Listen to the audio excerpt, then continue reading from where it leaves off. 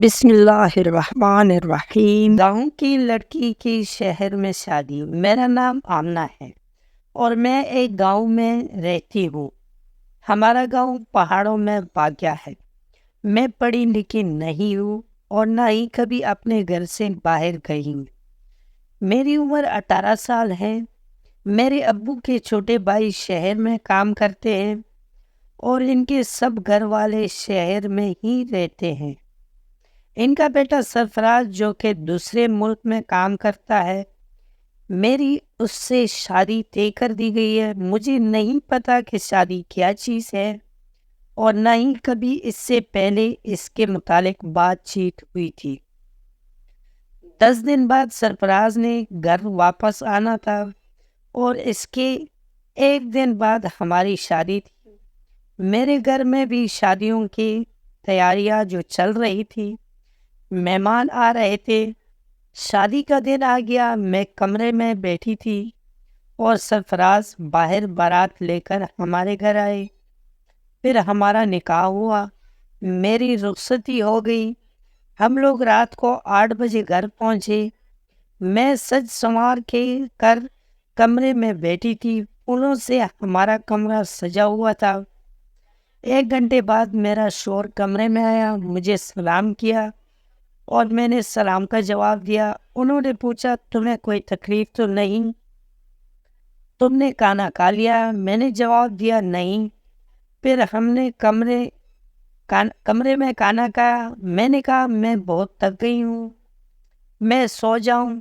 تو وہ بولے پہلے یہ جویلری وغیرہ تو اتار لو۔ پھر میں نے ہاتھ منہ دھویا اور آ کر لیٹ گئی۔ میں سمجھتی تھی شادی کے بعد لڑکا اور لڑکی ایک ساتھ رہتے ہیں، مگر یہ نہیں پتا تھا کہ کیسے رہتے ہیں اور کیا کرتے ہیں۔ جیسی ہی میں لیٹی تو سرفراز نے میرے گال پر ہاتھ پھیرا اور بولے کہ آپ بہت خوبصورت ہو اور میرے اوپر جھک گئے۔ میں نے کہا کیا کر رہے ہیں آپ فراز بولے یہ تو پیار ہے۔ میں خاموش ہو گئی اور وہ میرے اوپر لیٹے اور چھیڑ خانی کرنے لگے۔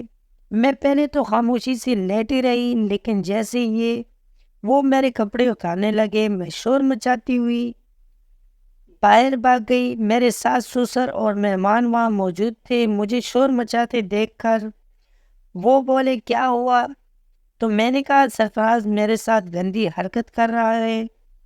میری ساس مسکرائی اور مجھے لے کر کمرے کی طرف چل پڑی اور بولی چلو ہم بھی اس سے پوچھتے ہیں۔ وہ مجھے مہمانوں سے تھوڑا دور لے کر گئی اور بولی بیٹا کیا کر رہا تھا؟ سرفراز میں نے بتایا مجھے چوم رہا تھا اور کپڑے اتارنے کی کوشش کر رہا تھا۔ وہ بولی بیٹا اب وہ آپ کا شوہر ہے اور میں آپ بیوی میں یہ سب ہوتا ہے۔ میں نے کہا وہ کیسے؟ تو انہوں نے کہا کہ وہ ایسے، جب آپ کی امی اور ابو نے یہ سب کیا تو آپ آئے، اور جب میں نے اور تمہارے چاچا نے یہ کیا تو سرفراز آیا۔ تم پریشان نہ ہو، یہ کوئی غلط نہیں ہے۔ سارے کے سارے مہمان میرا مذاق اڑا رہے تھے۔ پھر وہ مجھے کمرے میں چھوڑ آئی۔ میں نے سرفراز سے کہا مجھے معاف کر دے، مجھے پتہ نہیں تھا یہ سب کچھ بھی ہوتا ہے۔ وہ ہنسنے لگے۔ دوستوں آپ کو آج کی کہانی کیسی لگی؟ امید ہے کہ ویڈیو پسند آئی ہوگی۔ اگر ویڈیو پسند آئی ہو تو ویڈیو کو لائک کر لیں، کمنٹ میں اپنے رائے کا اظہار ضرور کرنا اور چینل کو سبسکرائب کرنا مت بھولیں۔